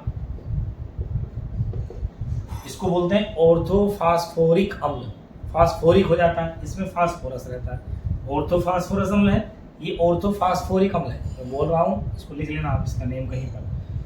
इसका अणुभार निकालें तो 3 × 1, P का 31, और इस बार ऑक्सीजन 4 है तो 4 × 16 प्लस आएगा। और यहाँ पर क्षारकता 3 ही होती है, क्योंकि इसकी स्ट्रक्चर में क्या होता है, एक ऑक्सीजन यहाँ लग जाता है और फिर उस पर H लगता है, तो फिर वो वाला H आयन भी डोनेट हो सकता है। यहाँ पर इसका स्ट्रक्चर बना देता हूँ। P के चारों तरफ ऑक्सीजन हो जाते हैं और फिर उन ऑक्सीजन के पास हाइड्रोजन, तो वैलेंसी इस टाइप से कंप्लीट हो जाती है, ये एरो से उपसंयोजकता से। तो अब तीनों के तीनों H सेंटर एटम में से कोई किसी से नहीं जुड़ा है, इसलिए तीनों H आयन डोनेट हो सकते हैं, इसलिए इसकी क्षारकता 3 है। इसको आप कैलकुलेट कर लेना, आपका यहाँ से H3PO4 का तुल्यांकी भार आ जाएगा। तो ये ऑर्थोफास्फोरिक अम्ल का तुल्यांकी भार हो जाएगा, ये ऑर्थोफास्फोरस है, इसमें ध्यान रखना है बस। इसकी भास्मिकता क्षारकता 2 होती है, और ये कई बार ऐसे कंपटीशन क्वेश्चन में भी हो सकता है कि H3PO3 की क्षारकता या बेसिसिटी या भास्मिकता कितनी होती है। तो सब बच्चे 3 क्लिक कर देते हैं, क्योंकि 3 H आयन देखते हैं, लेकिन 2 होती है, क्योंकि एक H आयन फास्फोरस में केंद्रीय परमाणु से जुड़ा होने की वजह से डोनेट नहीं होता। तो इस प्रकार से आप अम्लों के तुल्यांकी भार ज्ञात कर सकते हैं।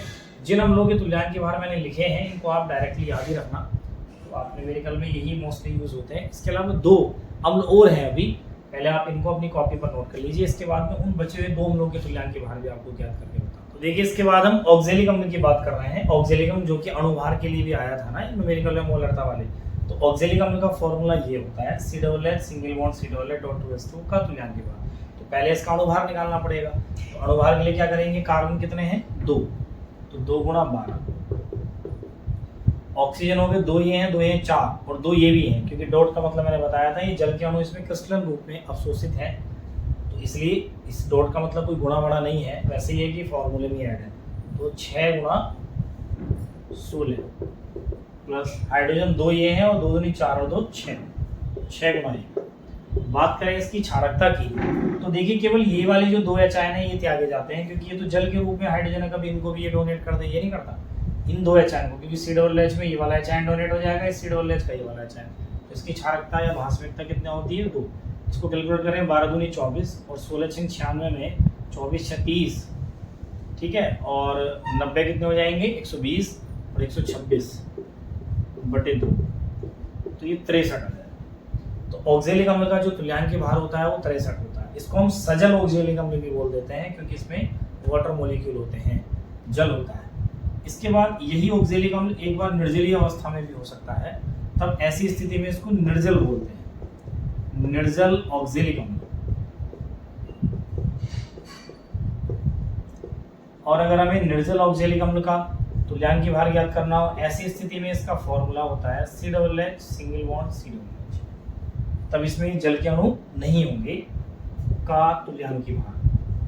तो देखिए बात अगर इसके अणुभार की करें तो कार्बन है 2 तो 2 गुणा 12, ऑक्सीजन है 4 तो 4 गुणा 16, फिर हाइड्रोजन 2 है तो 2 गुणा 1, अपॉन में आएगा ये कितने एच आयन त्याग सकता है 2, क्योंकि C⋅H का ये एच आयन और C⋅H का एच आयन, तो इसकी क्षारकता कितनी होती है 2। इसको कैलकुलेट करें 12 दूनी 24, 24 और 16 चौका 64, 64 में 2 ये वाले ऐड कर लीजिए पहले, तो ये हो जाते हैं 66, 66 और 4 70 और 20 90, 90/2 और ये हो जाएगा 45। तो निर्जल ऑक्जेलिक अम्ल जब होता है तो उसका तुल्यांक भार होता है 45, और जब ऑक्जेलिक अम्ल या सजल ऑक्जेलिक अम्ल होता है तो उसका तुल्यांक भार होता है 63। तो मेरा कहने का यही मतलब है कि देखिए मैंने आपको लगभग 7 अम्लों के तुल्यांक भार ज्ञात करने बताए हैं। तो एक तो आपको आनी ही चाहिए तुल्यांक भार ज्ञात करने, अगर आप को ये आते हैं और एग्जाम में आप न्यूमेरिकल में आ जाते हैं, इन्हीं अम्लों से आपको मिलेगा, तो आपको डायरेक्ट याद भी होने चाहिए इनके तुल्यांक भार, क्योंकि बार बार आप वहाँ कैलकुलेट करके क्या ही देखेंगे। तो इसको भी आप अपनी कॉपी पर नोट कर लें। तो इस प्रकार से अम्लों का तुल्यांक भार ज्ञात किया। तो देखिए अम्ल का तुल्यांक भार ज्ञात करने के बाद हम बात करते हैं क्षार का तुल्यांक भार, माने जो बेस होते हैं उनको कैसे ज्ञात किया जाता है। तो देखिए अम्ल के तुल्यांक भार में हम यहाँ कर लेंगे क्षार का तुल्यांक भार, साथ ही जहां अम्ल का अणुभार था है तो वहां क्या हो जाने वाला है क्षार का अणुभार। जैसे अम्ल की क्षारकता थी तो क्षार की होती है अम्लता, जिसको हम क्या बोलते हैं एसिडिटी बोलते हैं, अम्लता। और अम्लता का मतलब क्या हो जाएगा, ये भी मैं यहाँ पर देखिए बदल देता हूं। जैसे अम्ल की डेफिनेशन होती है कि जो पदार्थ एच आयन डोनेट करते हैं जलीय विलयन में उनको एसिड बोलते हैं, अम्ल बोलते हैं। ऐसे क्षार की डेफिनेशन होती थी वे पदार्थ जो अपने जलीय विलयन में OH- आयन डोनेट करते हैं, हाइड्रोक्सिल आयन डोनेट करते हैं, उनको हम क्षार बोलते हैं। तो क्षार की अम्लता होती है, तो अम्लता क्या होगी विस्थापन योग्य OH- आयनों की संख्या, माने कोई क्षार जितने OH- आयन डोनेट करने वाला है वो उसकी क्या होगी अम्लता। उल्टा होता है, क्षार की अम्लता होती है, अम्ल की क्षारकता होती है। तो अम्लता किसे कहेंगे कि कोई विस्थापन योग्य OH- आयनों की संख्या, माने कोई क्षार कितने OH- आयन डोनेट करेगा उसे हम अम्लता बोलते हैं। तो अम्लता से हम इसे डिवाइड कर देंगे क्षार के अणुभार को। तो अम्ल के जैसा ही भाई अम्ल के तुल्यांक भार में अम्ल का अणुभार था, नीचे क्षारकता था, क्षारकता माने H आयन कितने डोनेट करेगा। क्षार के तुल्यांक भार में क्षार का अणुभार लिखना है, नीचे अम्लता लिखना, माने कितने OH आयन डोनेट करेगा। एग्जांपल से समझते हैं। पहला क्षार NaOH बहुत पॉपुलर है, न्यूमेरिकल में बहुत ज्यादा आता है, सोडियम हाइड्रोक्साइड इसको बोलते हैं। तो NaOH का तुल्यांक भार आपको पता है, ये क्षार है ही क्योंकि OH डोनेट करता है, OH- है। तो क्षार के इस NaOH के तुल्यांक भार के लिए आप इसका अणुभार लिखेंगे तो निकालने के लिए Na का होता है 23, O का 16 और H का 1। और इसकी जो अम्लता होती है ये एक ही OH आयन डोनेट करता है, इसलिए इसकी अम्लता कितनी होती है 1। इस सबको कैलकुलेट करेंगे, ऊपर 40 आएगा, अपॉन में बना तो 40 ही आएगा। तो NaOH का अणुभार भी 40 होता है और तुल्यांक भार भी 40 होता है सोडियम हाइड्रोक्साइड का। बात अगर हम QH की करें, QH का तुल्यांक भार बराबर, तो इसके लिए आपको पहले QH का अणुभार लिखना पड़ेगा। तो K का होता है 39, O का 16 और H का 1, ठीक है ना। और इसकी अम्लता भी 1 होगी क्योंकि ये भी एक ही OH आयन डोनेट करेगा। आप इसको कैलकुलेट करें तो ये 40 10 50 और 6 56। तो इसका QH का तुल्यांक भार भी वही होता है जो इसका अणुभार होता है। इसके बाद हम बात करते हैं CaOH का होल ट्वाइस, कैल्शियम हाइड्रोक्साइड इसका नाम है, नाम मैं बोल दे रहा हूँ, आप लिख लेना अगर मैं नहीं लिख रहा हूँ तो। कैल्शियम हाइड्रोक्साइड का अणुभार निकालेंगे तो Ca का 40 होता है, O का 16, चूंकि 2 संख्या लिखी है तो 2 गुणा 16, प्लस हाइड्रोजन पर जाने के लिए तो 2 गुणा 1। इसकी जो अम्लता होती है 2 ही होती है क्योंकि ये 2 H आयन डोनेट करेगा, ये मैंने लिखा। तो इसको आप कैलकुलेट करें, 16 दूनी 32 और 2 34 और 40 74/2, और यहाँ से इसको आप डिवाइड करेंगे तो 37 आ जाएगा। तो कैल्शियम हाइड्रोक्साइड का तुल्यांक भार 37 होता है।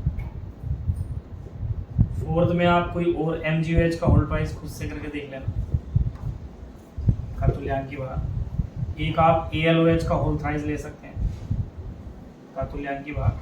इनके वेट में बता देता हूँ, मैग्नीशियम का 24 होता है, यहाँ लिख दे रहा हूँ हिंट में, और एल्यूमिनियम का 27 होता है। बाकी ऑक्सीजन और हाइड्रोजन के तो आपको पता है। इसमें जो भी नए तत्वों के परमाणु भार आए हैं उसको जो मैंने इससे पहले मोलरता की न्यूमेरिकल कराते समय टेबल बनाई थी वहाँ पर नोट कर लेना। इस प्रकार से आप क्षार जो बेस होते हैं उनके तुल्यांक के भार ज्ञात कर सकते हैं। इसको आप अपनी कॉपी पर नोट कर लीजिए। देखिए इसके बाद अम्ल क्षार के तुल्यांक के भार ज्ञात करने के बाद तीसरी कैटेगरी हमने मानी है लवण, सॉल्ट जिसे कहते हैं। लवण के तुल्यांक के भार ज्ञात करने का फॉर्मूला लिखते हैं।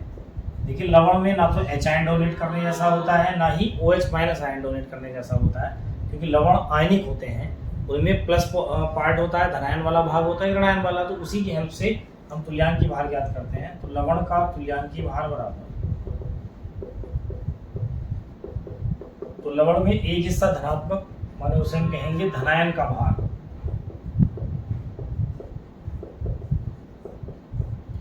बटे आवेश की संख्या माने उस पर चार्ज कितना लिखा है, प्लस ऋणायन का भार बटे आवेश की संख्या माने कितना चार्ज लिखा है। ठीक, और चार्ज को हम चिन्ह नहीं यूज करेंगे, केवल संख्या लिखेंगे। एग्जाम्पल की सहायता से समझते हैं।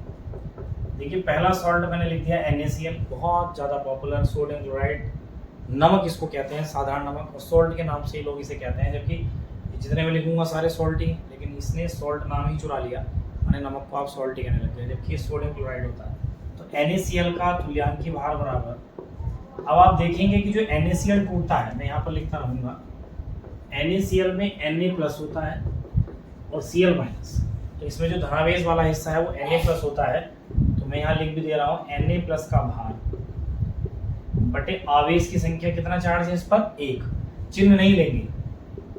ऋणायन में Cl माइनस है, देखिए Cl माइनस का भार बटे आवेश कितना है, 1, चिन्ह नहीं लेना है, चिन्ह सहित संख्या नहीं लेनी, केवल संख्या लेनी, 1 चार्ज, माइनस का है तो -1 नहीं लिखना है, केवल आवेश की संख्या लेनी। इनके भार लिखिए, Na का 23 होता है, क्यों होता है, क्योंकि Na प्लस हो या Na हो, परमाणु भार ये होगा, क्योंकि परमाणु भार जो है प्रोटॉन और न्यूट्रॉन पर डिपेंड करता है, तो Na प्लस होने का मतलब है इसने इलेक्ट्रॉन डोनेट किया, प्रोटॉन न्यूट्रॉन तो उतने ही है ना, तो Na प्लस का भार भी कितना होगा, 23, तो 23/1। ऐसे Cl का होता है 35.5/1, तो ये देखिए एक ही L से मेरे को आपस में आप ऐड करें तो 58.5 आ जाता है, तो ये NaCl का तुल्यांक की भार होता है 58.5, 58.5। दूसरा एक हम ले सकते हैं KCl, KCl का तुल्यांक की भार बराबर, तो KCl को मैं यहाँ लिख देता हूँ। इसमें देखिए KCl में जो धनात्मक भाग है वो K प्लस है और ऋणात्मक भाग फिर से वही Cl माइनस है, तो K प्लस का भाग चार्ज 1 है, ऐसे ही Cl माइनस का भाग फिर चार्ज 1 है, तो K का होता है 39, 1 से डिवाइड करने पर ये आएगा, और Cl माइनस का होता है 35.5, इसको ऐड कर लेंगे तो आपका KCl का तुल्यांक की भार आ जाएगा। इसके बाद हम बात करते हैं CaCO3 का तुल्यांक की भार, इसको देखिएगा ध्यान से।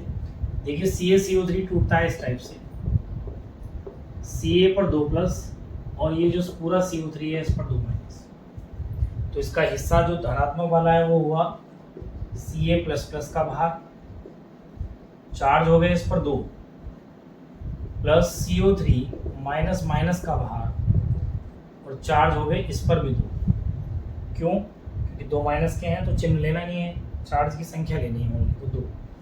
यहाँ पर Ca का होता है 40/2, CO3 का आएगा देखिए C का 12, O का 3 गुणा 16/2, 16 × 48 तो 50 तो 60, 60/2, इसको यहाँ कर देता हूँ, ये आ रहा है 40/2 प्लस 60/2, तो 40/2 से 20 आया और 60/2 से 30 आया, तो ये आया समथिंग 50। तो CaCO3 का तुल्यांक की भार कितना हो रहा है भाई, 50 हो रहा है। तो इस प्रकार से आप इसको भी, ये सॉल्ट यूज होते हैं। एक Na2CO3 और रह गया, उसको भी अभी बता दूंगा मैं, पहले आप इनको नोट कर लीजिए, इसके बाद मैं Na2CO3 का और बताता हूँ, सोडियम कार्बोनेट, इसका नेम होता है कैल्शियम कार्बोनेट। तो देखिए Na2CO3 का तुल्यांक की भार देखते हैं, Na2CO3 का तुल्यांक की भार, पहले इसको तोड़ के देख लेते हैं, Na2CO3 कैसे टूटेगा। देखिए ये संख्या जो नीचे सामने आएगी, क्योंकि एकल परमाणु है ना ये, तो 2Na प्लस और CO3 पर माइनस माइनस, तो इसका एक भाग तो हुआ 2Na प्लस का भाग, और चार्ज होंगे 2। अब कोई कहेगा इस पर तो 1 प्लस लगा, अब यहाँ सामने संख्या भी तो 2 लिखी है, इसका मतलब 2 बार हमने प्लस लिखा, इसका मतलब चार्ज 2 है। प्लस दूसरा पोर्शन है CO3 माइनस माइनस का, और इस पर चार्ज कितने हैं 2। तो इसमें देखिए 2 गुणा Na का कितना हो गया 23/2, ऐसे यहाँ CO3 का C का 12, O का 3 गुणा 16/2, या 2 से 2 कट रहा है तो 23 बच रहा है, ऊपर 16 से 48 12 60/2, 23 प्लस 30 और ये आएगा 53। तो सोडियम कार्बोनेट का जो तुल्यांक भार होता है वो 53 होता है। तो इस प्रकार से मैंने आपको जिन लवणों के तुल्यांक भार याद कराए हैं यही न्यूमेरिकल में ज़्यादा यूज होंगे, तो इनके डायरेक्ट आप तुल्यांक भार याद रखें। तो अम्ल क्षार लवण में मैंने जिन अम्लों के, क्षारों के और लवण के आपको तुल्यांक भार याद कराए हैं वही न्यूमेरिकल में यूज होते हैं, इसलिए उनको डायरेक्ट याद रखना बड़ा जरूरी है। तो एक टेबल पर आप अलग से बना लेना, जिसके भी तुल्यांक भार, चाहे अम्ल है चाहे क्षार है चाहे लवण है, उनको याद कर लेना, वरना निकालना मैंने आपको बता ही दिया है कैसे तुल्यांक भार याद किया जाता है। तो इस प्रकार से हमारा ये तुल्यांक भार याद करने का टॉपिक कंप्लीट हो जाता है। इसके बाद हम नॉर्मलता पर आधारित कुछ न्यूमेरिकल करते हैं, जैसे हमने मोलरता पर किए थे, और नॉर्मलता को और ठीक से समझने की कोशिश करते हैं। देखिए नॉर्मलता पर आधारित मैंने पहला न्यूमेरिकल आपके लिए लिखा है, और आप ध्यान से देखेंगे तो यही मैंने मोलरता में भी लिखा था, और आप देखिए कितना इनमें सिमिलरिटी है। बस मोलरता में अणुभार यूज होता है, जबकि नॉर्मलता में तुल्यांक भार यूज होता है। न्यूमेरिकल मोलरता का और नॉर्मलता का दोनों का सेम ही होता है। तो मैंने लिखा है 4 ग्राम NaOH 200 घन सेंटीमीटर जल में घुला, प्राप्त विलयन की नॉर्मलता ज्ञात कीजिए। तो एग्जाम में ऐसा भी हो सकता है प्राप्त विलयन की मोलरता व नॉर्मलता ज्ञात कीजिए, दोनों ही करा ले। तो नॉर्मलता, तो मैंने आपको कहा था न्यूमेरिकल करने के लिए सबसे पहले वैल्यू नोट करें। अगर 4 ग्राम NaOH इसमें घुला है तो ये विलय हो गया, मैं लिख देता हूँ विलय NaOH की मात्रा, तो वो आपकी हो जा रही है 4 ग्राम। इसके बाद आपको पता है इसके तुल्यांक भार की जरूरत पड़ने वाली है विलय की। तो विलय NaOH का तुल्यांक भार बराबर, जैसे वहां पर हम अणुभार करते थे तो NaOH का तुल्यांक भार निकालेंगे तो NaOH का अणुभार, और चूंकि क्षार है तो क्षार की अम्लता होगी, माने कितने हुआ चैन डोनेट करेगा 1, तो 1 करेगा तो इसका जो अणुभार होगा वही तुल्यांक भार होगा, और इसका लगभग 40 तुल्यांक भार आपका आता है। इसके बाद आपको विलयन का आयतन दिया हुआ है, उसको नोट कर लेते हैं। विलयन का आयतन आपको दिया है, कितने जल में इसको घोला है 200 घन सेंटीमीटर, तो इसका आयतन हो गया 200 घन सेंटीमीटर। आपको जो ज्ञात करना है उसको क्वेश्चन मार्क लगा देते हैं, नॉर्मलता हमको ज्ञात करना है। इसके लिए आप क्या करोगे, नॉर्मलता का फॉर्मूला लिखोगे, वेरी इजी, और नॉर्मलता को आप कैपिटल N कहते हो। तो मैं तो फॉर्मूला नहीं लिख रहा हूँ, लेकिन आप बोर्ड एग्जाम में आएगा, क्वेश्चन एग्जाम में आएगा तो नॉर्मलता का पहले फॉर्मूला लिखिए, सीधे वैल्यू लिख रहा हूँ। नॉर्मलता बराबर होता है विलय पदार्थ की मात्रा, वो कितनी है 4। चूंकि नॉर्मलता है तो इसमें आता है विलय पदार्थ का तुल्यांक भार, वो कितना है 40 बटे विलयन का आयतन लीटर में 200 घन सेंटीमीटर। लीटर में चेंज करने के लिए 1000 से आप इसको डिवाइड कर लेंगे। बाकी कैलकुलेशन करना मैंने बताया, ये सबसे ऊपर जाता है और ये यहाँ आता है, फिर उसको कट कर लेंगे और आंसर में जो आ जाएगा अंक उसके पीछे लिखेंगे आप तुल्यांक पर लीटर, जैसे वहां क्या लिखते थे मोल पर लीटर, या जो अंक आएगा उसके पीछे क्या लिख देंगे आप कैपिटल N। ठीक, इस प्रकार से ये न्यूमेरिकल आपका हो जाएगा। सेम मोलरता वाला है, बस यहाँ पर तुल्यांक भार आना है। और इस न्यूमेरिकल में तो आप देखिए अणुभार भी 40 होता है, तुल्यांक भार भी 40 होता है, तो सेम ही आंसर है। ठीक है ना। इसके बाद नेक्स्ट न्यूमेरिकल करते हैं, उससे समझने की कोशिश करते हैं। तो देखिए बात करते हैं नॉर्मलता पर आधारित एक और क्वेश्चन की। ये क्वेश्चन भी मैंने मोलरता वाले में से ही लिखा है, वहां पर आपको मोलरता में करा दिया है। क्या क्वेश्चन है, 0.63 ग्राम ऑक्जेलिक अम्ल को 100 घन सेंटीमीटर जल में घोलकर विलयन बनाया गया है, प्राप्त विलयन की नॉर्मलता ज्ञात कीजिए। वहां था प्राप्त विलयन की मोलरता ज्ञात कीजिए। तो देखिए बस इतना अंतर आएगा कि ऑक्जेलिक अम्ल का वहां हमने अणुभार यूज किया था मोलरता में, तो यहाँ क्या यूज करेंगे तुल्यांक भार, और ऑक्जेलिक अम्ल का तुल्यांक भार 63 होता है, क्योंकि ऑक्जेलिक अम्ल सजल ऑक्जेलिक अम्ल है। कि अगर सजल नहीं लिखा है तो ऑक्जेलिक अम्ल को सजल माना जाता है, माने इसमें .2H2O होगा, क्रिस्टल जल के 2 अणु होंगे, तो इसका अणुभार तो 126 है, लेकिन इसका तुल्यांक भार 63 आ रहा है। देखना मैंने जो कैलकुलेट कराया है, तो आप सबसे पहले वैल्यू नोट करेंगे, विलय माने ऑक्जेलिक अम्ल की मात्रा इतनी, ऑक्जेलिक अम्ल का तुल्यांक भार 63, विलयन का आयतन 100 घन सेंटीमीटर, नॉर्मलता इक्वल टू क्वेश्चन मार्क। मैं नोट नहीं कर रहा हूँ, आपने नोट करना है, मैं सीधे फॉर्मूले में वैल्यू लिख रहा हूँ। तो नॉर्मलता कैपिटल N इक्वल टू होगा विलय पदार्थ की मात्रा 0.63, ऑक्जेलिक अम्ल का तुल्यांक भार होता है 63, अगर यहाँ पर लिखा होता निर्जल ऑक्जेलिकम तो उसका तुल्यांक के बाद लिखते उसका 45 होता। बटे विलन का आयतन लीटर में, तो 100 घन सेंटीमीटर लीटर बदलने के लिए कितना करेंगे 1000। कैलकुलेशन करने के लिए सबसे ऊपर जाएगा, ये यहाँ आएगा। इसको सोल्व करके जो भी नंबर आएगा उसके पीछे लिखेंगे आप तुल्यांक पर लीटर, क्योंकि नॉर्मलता की यूनिट होती है, या उस अंक के पीछे लिखेंगे कैपिटल N। तो इस प्रकार से इस न्यूमेरिकल को आप कर सकते हैं। तो मोलरता और नॉर्मलता के क्वेश्चन सेम ही होते हैं, बस आपने मोलरता में विलेय पदार्थ का अणुभार लेना होता है और नॉर्मलता में विलेय पदार्थ का तुल्यांक भार लेना होता है, जो कि मैंने आपको ज्ञात करके बताया। इसके बाद एक और नेक्स्ट क्वेश्चन की बात करते हैं नॉर्मलता को लेकर। बात करते हैं नॉर्मलता को लेकर एक और क्वेश्चन की, ये भी मैंने मोलरता में आपको कराया हुआ है। आप देखेंगे एस्टोसोफोर के डेसी नॉर्मल के 100 घन सेंटीमीटर विलन बनाने के लिए आवश्यक एस्टोसोफोर की मात्रा ज्ञात कीजिए। वहां पर डेसी मोलर था, यहाँ डेसी नॉर्मल है। डेसी माने तो 1/10 होता है, इसमें नॉर्मलता 1/10 है। इसको करने से पहले मैं एक टेबल आपके लिए बना देता हूँ फिर से। देखिए अगर डेसी नॉर्मल है तो इसका मीन्स होगा n/10। पहले क्या था, डेसी मोलर था तो m/10 था, माने मोलरता 1/10 थी, अब नॉर्मलता 1/10 होगी। अगर ये सेंटी है, सेंटी नॉर्मल है, इसका मतलब होगा n/100। और अगर ये सेमी नॉर्मल है, सेमी नॉर्मल, तो इसका मतलब होता है n/2। और अगर ये बाई नॉर्मल, बाई या डाई नॉर्मल, तो ये है 2n। और केवल नॉर्मल है तो n, माने इसकी नॉर्मलता 1 होगी, इसके सामने लिखा ना 1n। तो अगर ऐसी लैंग्वेज आती है कि सेमी नॉर्मल विलन बनाने के लिए तो नॉर्मलता 1/2 लेंगे, बाई या डाई नॉर्मल आता है तो 2 लेंगे, नॉर्मल आता है तो 1 लेंगे, सेंटी आता है तो 100 लेंगे। इस समय डेसी नॉर्मल है तो 1/10 लेंगे। तो इस बार आपको नॉर्मलता पहले से गिवन है 1/10। विलन का आयतन आपको दिया है, ये वैल्यू लिख देता हूँ। विलन का आयतन वो आपके पास है 100 घन सेंटीमीटर।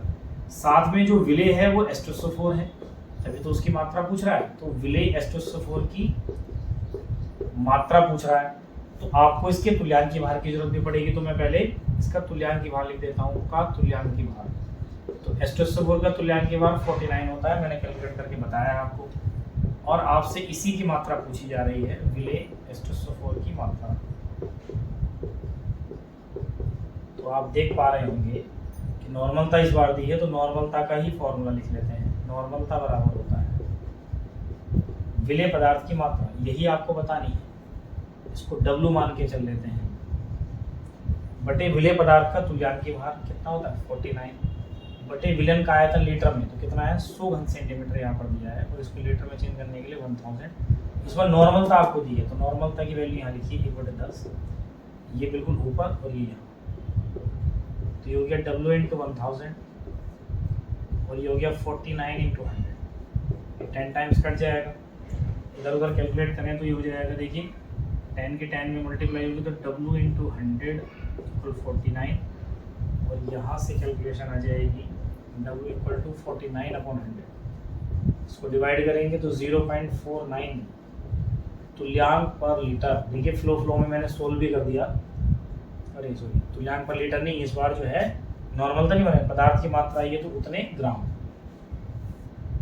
ठीक है ना।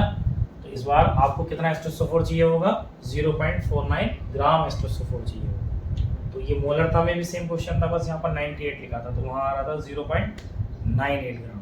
तो तुल्यांक भार नॉर्मलता के लिए, अणुभार मोलरता के लिए यूज होता है। बाकी ये वर्डिंग भी मैंने मोलरता के लिए लिखी हुई है, इसको भी आप अपनी कॉपी पर नोट कर लें। एक लास्ट क्वेश्चन जो परसेंटेज को लेकर था उसको भी करते हैं, जो परसेंटेज के आधार पर मोलरता में था, तो नॉर्मलता का क्वेश्चन भी वैसा हो सकता है, उसको देखें। तो देखिए हम नॉर्मलता पर आधारित एक परसेंटेज में सांद्रता दिया हुआ न्यूमेरिकल देखते हैं, जो कि हमने मोलरता में पहले से सोल्व किया हुआ है। 15% एस्टोसोफोर विलेन की नॉर्मलता आपने ज्ञात करनी है, माने सांद्रता इस बार आपको द्रव्यमान प्रतिशत में दी हुई है और विलेन का घनत्व दिया है। तो इसमें पिछली बार मोलरता ज्ञात करनी थी, सेम क्वेश्चन था। तो सबसे पहले वैल्यू आप नोट करें, तो ये विलेन की सांद्रता दी है, तो इसी को लिखता हूं मैं, विलेन की सांद्रता बराबर हो गया 15%। इसको आप लिख पाएंगे 15/100 ग्राम ओवर ग्राम। माने यहाँ से पता चल रहा है कि जो विलेय है, और विलेय कौन है, H2SO4 है। तो H2SO4 की मात्रा आपकी कितनी है, वो है 15 ग्राम। ठीक, आपको विलेय के तुल्यांक भार की जरूरत भी पड़ेगी। क्यों पड़ने वाली है, क्योंकि नॉर्मलता याद करने की बात चल रही है। तो इसलिए मैं यहाँ पर पहले से डायरेक्टली लिख लेता हूँ, विलेय माने H2SO4 का तुल्यांक भार, जो कि कितना होता है, 49 होता है। इसके बाद यहाँ पर जो 100 ग्राम है, जो ग्राम में है, ये विलेन की मात्रा है, विलेन का आयतन नहीं। तो यहां से आपका विलेन पता चल रहा है, विलेन की मात्रा जो कि कितनी हो रही है, 100 ग्राम। आपको विलेन का घनत्व दिया हुआ है, इस लाइन को भी मैं लिख लेता हूं। विलेन का घनत्व आपको दिया है 1.10 ग्राम सेंटीमीटर की घात -3। तब आपको नॉर्मलता बतानी है, तो नॉर्मलता लिखकर मैं लिख देता हूं क्वेश्चन मार्क। आप ध्यान से देखेंगे तो सेम क्वेश्चन है जैसा हमने मोलरता में किया था, बस आपको तुल्यांक भार की जरूरत पड़ेगी। लेकिन आप सोचिए कि नॉर्मलता के फॉर्मूले में एक तो विलेय पदार्थ की मात्रा आती है, वो हमारे पास है, तुल्यांक भार आता है, वो हमारे पास है। विलेन का आयतन नहीं है, लेकिन विलेन की मात्रा और घनत्व, तो मात्रा और घनत्व से हम विलेन का आयतन निकाल लेंगे। तो मैं सबसे पहले आपको विलेन का आयतन ही निकाल के दे देता हूँ। विलेन का आयतन, तो मैंने आपको पहले ही कहा था कि फॉर्मूला होता है द्रव्यमान बराबर आयतन गुणा घनत्व। तो आयतन निकालेंगे तो कितना हो जाएगा, m/d, माने विलेन की मात्रा बटे विलेन का घनत्व। तो विलेन का आयतन बराबर हो जाएगा विलेन की मात्रा बटे विलेन का घनत्व। और इसको भी आप देखिए तो विलेन की मात्रा आपके पास कितनी है, 100, और घनत्व कितना है, 1.10। इस पॉइंट को हटाएंगे, ऊपर 2 जीरो आएंगे, एक जीरो कट हो गया। 11 से अगर आप 1000 को डिवाइड करते हैं तो लगभग 90.9 के समथिंग आएगा सेंटीमीटर की घात 3 में, क्योंकि घनत्व की यूनिट में वहां सेंटीमीटर की घात -3, इसलिए आयतन सेंटीमीटर की घात 3 में आएगा। बस अब आप नॉर्मलता वाले फॉर्मूले का यूज कीजिए। तो नॉर्मलता बराबर होता है विलेय पदार्थ की मात्रा 15 बटे विलेय पदार्थ का तुल्यांक भार 49 बटे विलेन का आयतन लीटर में। तो 90.9 तो सेंटीमीटर है, घन सेंटीमीटर में। इसको लीटर में चेंज करने के लिए आप 1000 से डिवाइड कर देंगे, ये सबसे ऊपर जाएगा। तो 15 गुणा 1000, और ये हो जाएगा 49 गुणा 90.9। यहाँ से सोल्व करेंगे तो आपकी नॉर्मलता तुल्यांक पर लीटर में आ जाएगी, या फिर इसको आप इसके पीछे कैपिटल N भी लिख सकते हैं, ठीक है ना। तो इस प्रकार से जैसे मोलरता का न्यूमेरिकल किया वैसे ही नॉर्मलता का किया, बस यहाँ पर तुल्यांक भार की जरूरत पड़ी। तो इस प्रकार से मोलरता और नॉर्मलता के आप न्यूमेरिकल देखें सेम ही मिले। और भी जो विस्तार से मोलरता नॉर्मलता किस तरीके के क्वेश्चन आ सकते हैं उनको हम डिस्कस आगे कर लेंगे। अभी मैंने आपको मोलरता नॉर्मलता का जो एक सामान्य कॉन्सेप्ट है वो बताया। तो आपकी इस लेक्चर में 2 सांद्रता को व्यक्त करने की विधि कंप्लीट हो चुकी है। इसके बाद हम जो इसके बाद लेक्चर आएगा उसमें जो सांद्रता व्यक्त करने की 2 विधि बची हैं, जो कि है मोललता और मोलंस, मोल प्रभाव जिसे हम कहते हैं, मोल फ्रिक्शन जिसे कहते हैं, उनको डिस्कस करेंगे। क्योंकि इसमें मैं नहीं चाहता कि ज़्यादा बड़ा लेक्चर हो और आपको समझने में प्रॉब्लम हो। तो मोलरता और नॉर्मलता को आप इस लेक्चर में समझिए। तो जब तक नया लेक्चर आता है तब तक आप इसको अपनी कॉपी पर प्रॉपर नोट करते रहें। तो मिलते हैं नेक्स्ट लेक्चर में कुछ नए टॉपिकों के साथ।